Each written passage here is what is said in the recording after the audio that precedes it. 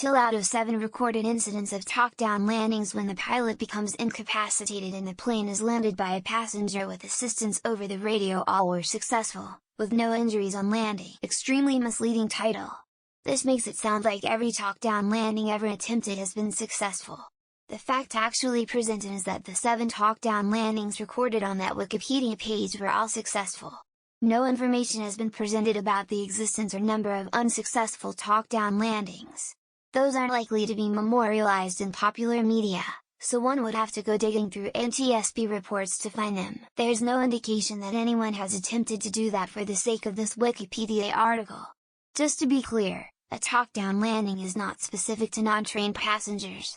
It's a type of non-precision approach which is very rarely used, typically when the visibility is very bad and the airport aircraft lacks precision approach facilities such as ILS. In scenarios like this, when a non-trained passenger is in the pilot's seat, it is used because the passenger won't be familiar enough with the instruments to do any other sort of approach. My great-uncle was an air traffic controller who talked the pilots into an emergency landing of Air Canada Flight 143. It was a 767 that ran out of fuel at 41,000 feet.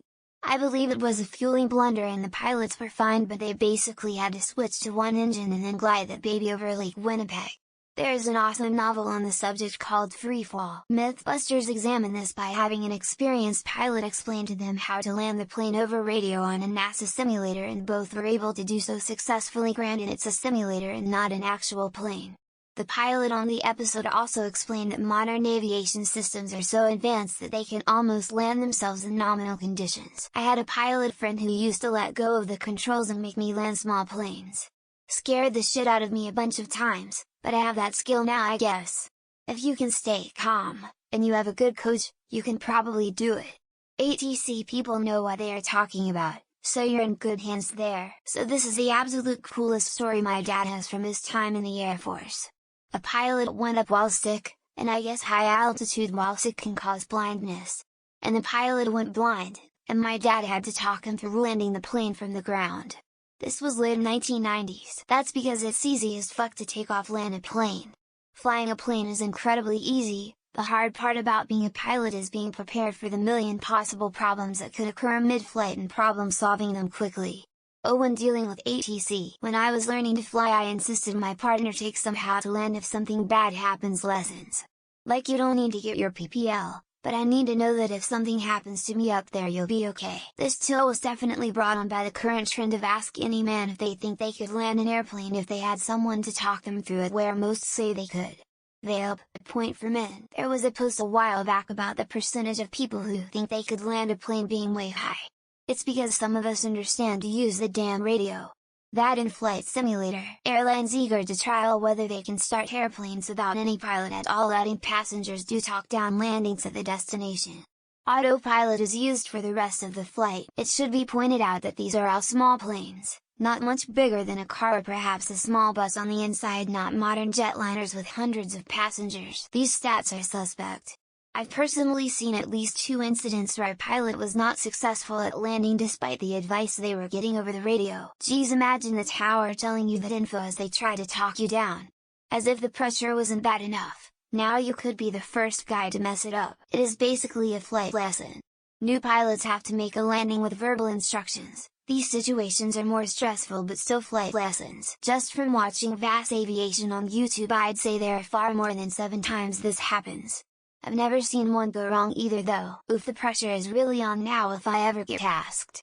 I don't want to be remembered as the first passenger to fuck up a talk-down landing. Wouldn't it be useful to just have remote control capability for commercial? My god, never mind, I've seen the movie Hackers. Additional fact: there were at least 7 pairs of pants that needed to be changed as approximate result of said talk-down landings. Our title gore made me think there was a band called Out of 7 and was so confused why and how they recorded these events. As songs? From what I can tell, these were all small prop planes with 2 people in them, not the jumbo jets we see being talked down in movies. Please remove this post, op. The last thing we need is for this to become the next airline cost-cutting measure. As someone with a good understanding of a cockpit but not an actual pilot, I've dreamed about this so much. So I should save some money and drop the landing portion from the classes and just YouTube that shit.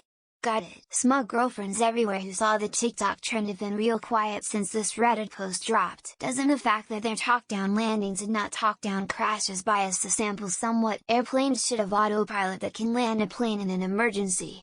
We have the technology, yet you apparently still need a license to fly a plane. Will government overreach ever end? Makes you wonder why they don't just pick a random passenger to land the plane each time. So, since they were all perfect, should all landings be done this way from now on? That's cause it's ridiculously easy. Aviation is financially gatekept circle jerk. Or maybe it's tracked only when everyone doesn't dive for some reason. Captain, how soon can you land? I can't tell. You can tell me. I'm a doctor. I don't think Flight 93 was a successful takedown landing. Too soon? Incontrovertible evidence that we should just not have any pilots. It's a damn good thing you don't know how much he hates your guts. So statistically, it is safer for passengers to do the landing. Give me a few beers, my old nest hop gun training will kick in. Till talk-down landings are less common than I anticipated. Engage autopilot. Okay, now sit back and watch the show. This is what big aviation doesn't want you to know. Good luck pushing takeoff, then autopilot, then land.